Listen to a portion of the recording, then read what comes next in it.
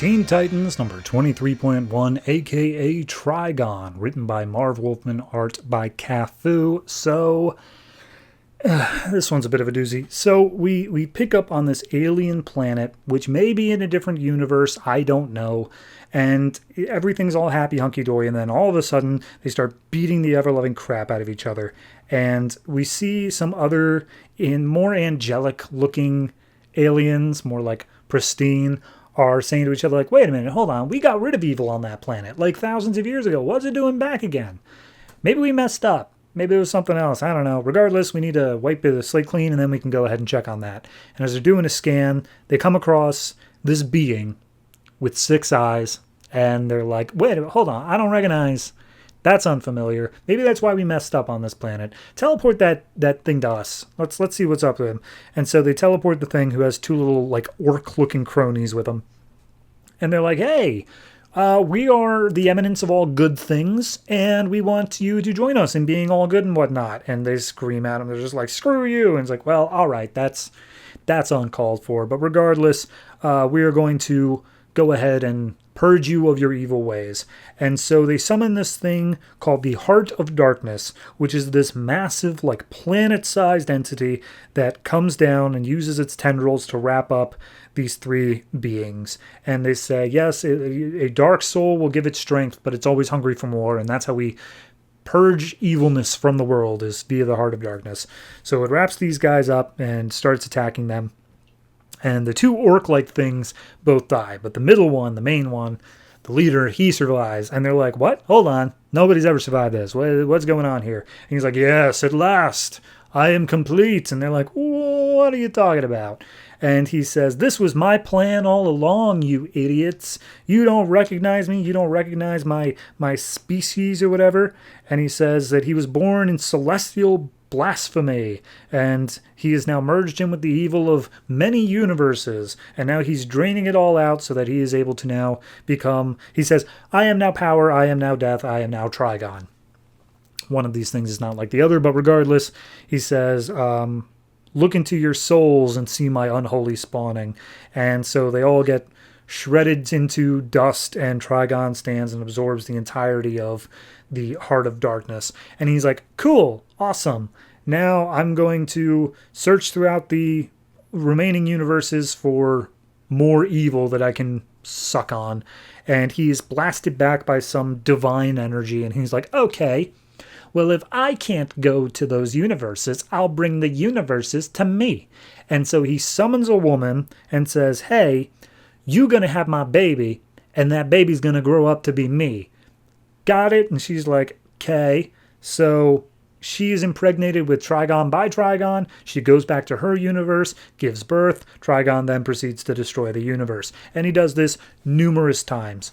So as he is killing everything, every galaxy and universe, he's like, all right, I'm trying to create progeny. This is a recurring theme, mind you, that he just wants to get laid. He's trying to create more of people for himself, but all of the species that he impregnates all end up either dying in the conception or killing themselves because they don't want to have Trigon's kids, both of which are understandable. But regardless, he does end up having 3 sons, and all of them are weak and useless, which I do believe are the 3 sons that we're familiar with, until finally he gets to this one planet, and he starts attacking them. And then all of a sudden this knight in silent armor, which is, of course, an ancestor to whoever Wonder Girl was, her armor or whatnot, and we see her attack Trigon, and is actually holding her own, and Trigon tries to destroy her, absolutely can't, and she tries to destroy Trigon, and he's actually doing some damage, but is not nearly enough to kill him. And she's just like, oh yes, my armor cannot be destroyed. I was training for this very moment. Your terror ends here, monster. And he's like, what if I just leave? And so he does. He just bails. And he's like, I'm going to make a new army with blackjacks and hookers. And so he flies away.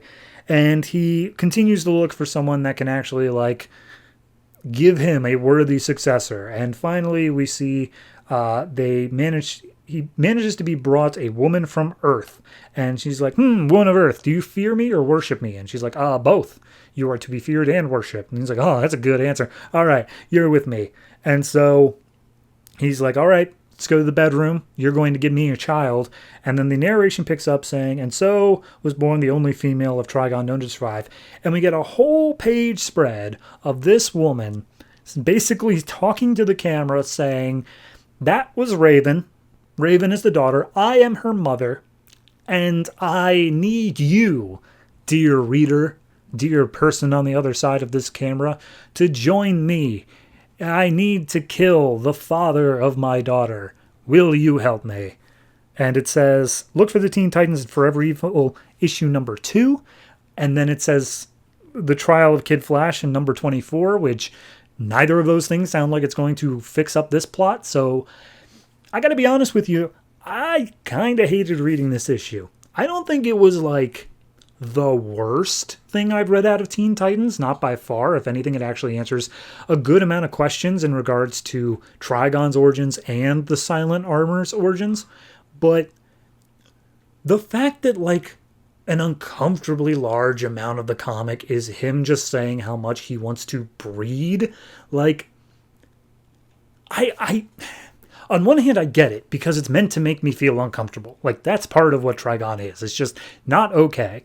On the other hand, there's ways to do that without making me feel uncomfortable as, like, you as a writer, you know? Like, I feel like it was written in a very almost sleazy way. Just to give you a point of reference, he breeds with women from all different species, and yet all of them have boobs. Like, it feels very weird that these distinct alien species are all very, very feminine in the way they're being represented as essentially forced into this. It's uncomfortable at the very least.